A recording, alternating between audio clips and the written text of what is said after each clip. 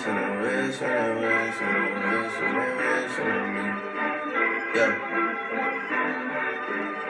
been moving calm, don't start no trouble with me. Trying to keep it peaceful is a struggle for me.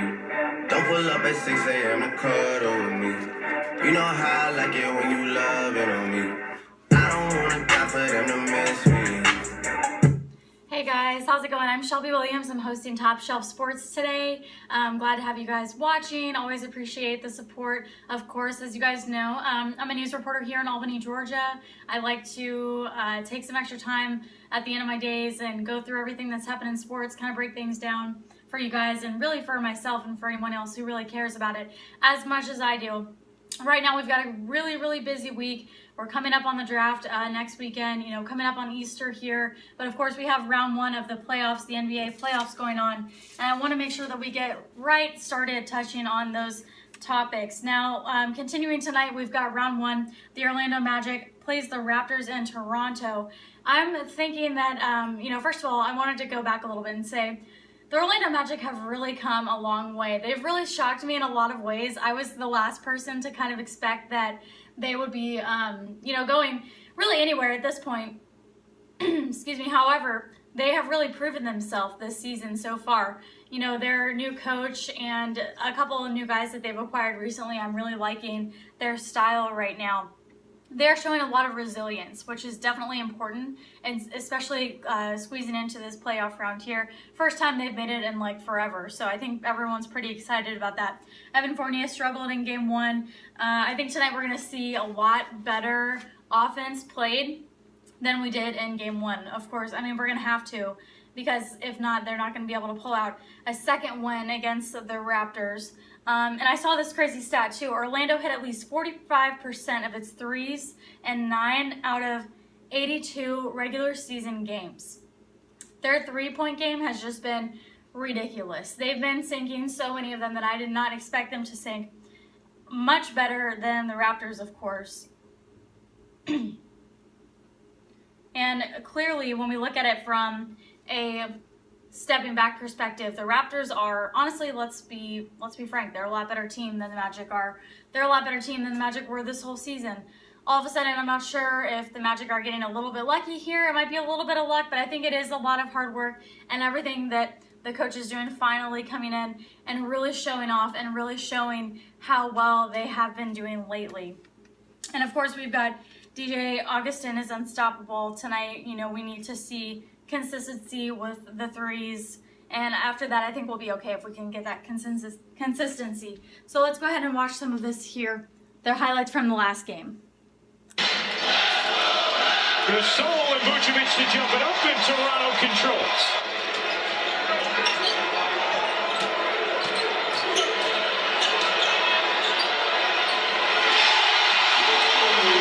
The 2-seeded Toronto Raptors and the 7-seed Orlando Magic. Here's Augustine, his floater drops. Talked to Coach Clifford. He said he's just a terrific pick-and-roll player, and his skills were on display right there. Siakam slides it in against Isaac.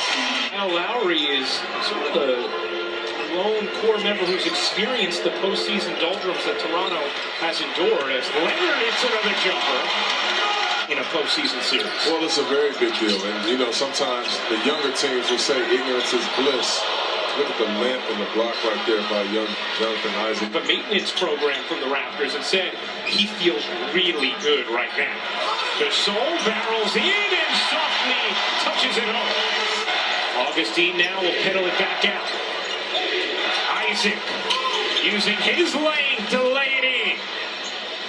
Really good about his team. He's not going into this series like it's a fait accompli that they're going to be sacrificed to the Raptors. He believes in the way they're playing right now. A little bass in your voice when you mentioned that the Nets got that W today. You had a little bass in your voice. So one thing I'm noticing in these situations is our defense is a little bit sluggish on some sides of the court. Of course, when we run back and forth, sometimes it looks a little bit better. Other times it looks like they're not really giving it their all. Of course, I don't want to say that they're not, because I'm sure they are, but that is maybe something that we could work on for sure. Adding some base to the rim. Siakam slides it over Isaac. That's a tough finish. Oh, that's a very nice finish. You're looking at Ross, the former Raptor, has been tremendous this season for the Magic, especially of late. Augustine able to beat the shot clock and hit from three. good job, but And we're seeing threes from Augustine this early on in the game. That, I think, is going to set the tone for the rest of the playoffs for them. this is the playoffs. This is a former Finals MVP. The playoffs are just different. Van Vliet. Inside the final 2 minutes remaining in this first quarter. Van Vliet, that's a deep one. He got it! Siakam turns down the wing three. Meeks gets fouled and finishes. Okay, so we all want to wish the best of luck to the Orlando Magic as they get ready to play Tuesday night game 2. Very excited to see what comes of this. Like I said, hopefully we can maintain consistent in our threes. Our field goal percentages could always come up a little bit more, but we'll see where that goes tonight. I'm excited to see that turnout. And I never thought I'd say go Magic, but hey, we're here now, and they made it to the playoffs and they earned it. So we're excited about that, of course, too. And moving on to baseball and the MLB, we've got the Braves play Arizona on Tuesday night. That is going to be a game that I'm excited to watch as well, because so far the Braves are 9-6 on the season. Last time they're 9-6 on the season. Their last game that they had wasn't really something that I was super confident in going up against the Mets, but they ended up coming out with a win with that game, and they really proved that they're able to stay, confident in their plays, and then it seems like they're also kind of communicating a little bit better, which is something that is definitely a good thing that you want to have. So far, like I said, they're 9-6 on the season, and Julio's ERA is a little bit high for me. I'm going to say at this point in time, he's a 4.71 ERA. But he played well and got the W against the Mets. At the end of the day, that's all that matters. But of course, he does have time to improve on that a little bit more and maybe work on his pitching game. However, against the Mets, he did pretty good. He didn't have hardly any things that I didn't like, or things that I caught that I didn't like, personally for me. And of course, we got Charlie Culberson. He really was a big name in that game against the Mets.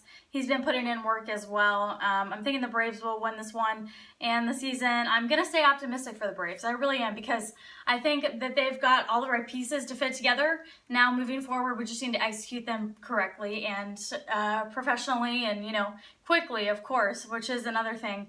Going back to Culberson, his batting average is about 429 with 5 RBIs. So I'm pretty confident in him. I really like what he's doing right now with the team. Not sure if the team is necessarily going to keep giving him chances with Camargo.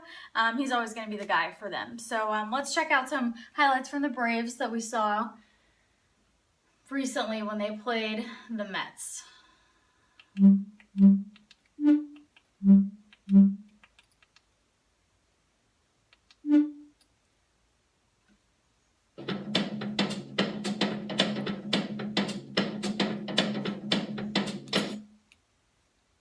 And what will be a fascinating season series for 2019. Well, after spending Friday in the number 8 spot back atop the leadoff card tonight, for old 10-year veteran who's looking to push his record over 500 tonight, the team leader in homers and RBIs. He's off to a fantastic start. They have been a real force in first innings this year. We'll fast forward here a little. They have been a real force.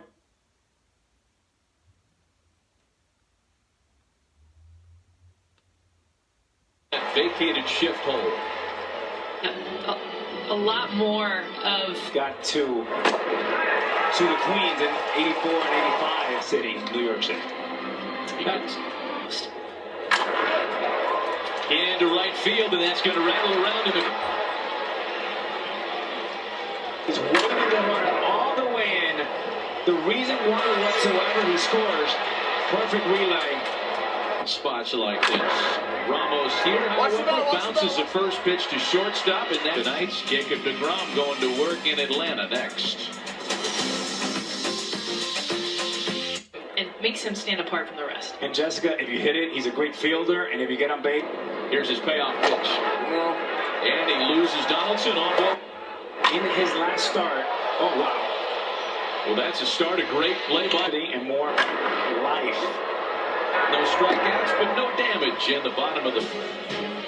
All right, so unfortunately the Braves did have a lot really of pop-ups that weren't any good, couldn't really get them started in the beginning of that game. Hopefully we can just skip that part in this game coming up here Tuesday night and really move right on to the big hits and what exactly we need them to get, what exactly we need them to do. So we'll see how that goes tonight. They'll be playing against Arizona. And now we're going to move on to football. Of course, I have to talk about football, even though it is not football season. It is my favorite sport of all time, of course. Talking about the Atlanta Falcons first today. I'm very excited. John Wetzel, he's officially a Falcon. The offensive lineman from Arizona was acquired, and that was according to the team's website. So that's an addition that the Falcons, I think, can be proud of. Another good thing, I was reading about him. We could always use more to improve our O-line. However, it seems like he's sort of a utility player, if you will. He's kind of played every single position, and that's something that the Falcons don't really have right now. They don't really have a person that they could just pick up and put in a different position interchangeably as easily as Wetzel is going to be, in my opinion. So I'm excited to see him play. I can't wait to see where they take things with him moving forward. Hopefully he can really help us secure down that offensive line that we need so much help with right now. And of course, Chris Odom was also signed on Monday as well too. I don't know if you guys heard about that. And moving on to the Jacksonville Jaguars, my team, Duval. We always want to pay them some respect. I'm super excited about Nick Foles. He says he's getting used to the workout, and he's kind of meeting everybody right now, really coming into these voluntary workouts that they started. I believe it was yesterday or maybe even today. He's really coming in there, not even just to work out, but really just to get to know the guys, being told that he's really introducing himself to every single person there, getting acclimated, getting acquainted, really going around and making sure he knows everybody because he wants it to feel like a family. And I've listened to a couple things and read a couple articles about that. He really is excited about making Jacksonville his home, and he means that. So it's great to see him really putting in the effort to go around and meeting everybody and really making that effort, which not all players do. We also saw that Ramsey and Telvin Smith were at a no-show at the volunteer practice, which of course always something that we get from Jalen Ramsey. He's always got a mind of his own. He's always got something that he thinks that he wants to do instead, which is fine. Clearly it works for him. He's got his own practice going on. Normally he ends up practicing with his dad. Telvin Smith, I'm not too sure what's going to happen with him. And also, we've got some other questionable guys right now. I'm interested to see where things go. And of course, we've got the draft coming up on not this Sunday, but next Sunday. And I'm super excited to see what the Jaguars and the Falcons end up doing, of course. I will keep you guys updated and posted on all of that fun stuff. That is definitely something that is important to keep an eye on. And if you guys have any suggestions at all or any type of things that you're thinking of that your team might do for the draft, let me know, tweet me. You guys can find me wherever, I've got Facebook, it's WFXL Shelby Williams, and then my Twitter is at Shelby WFXL is my Twitter. You guys can always tweet me your suggestions or anything that you think. Let me know who your draft picks are, and I'm super excited to find that out. But as for right now, thanks for watching, and check out Top Shelf Sports next week. Thank you.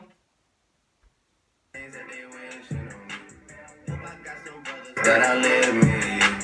They gon' tell the story, shit was different with me. God's plan. I hold back sometimes I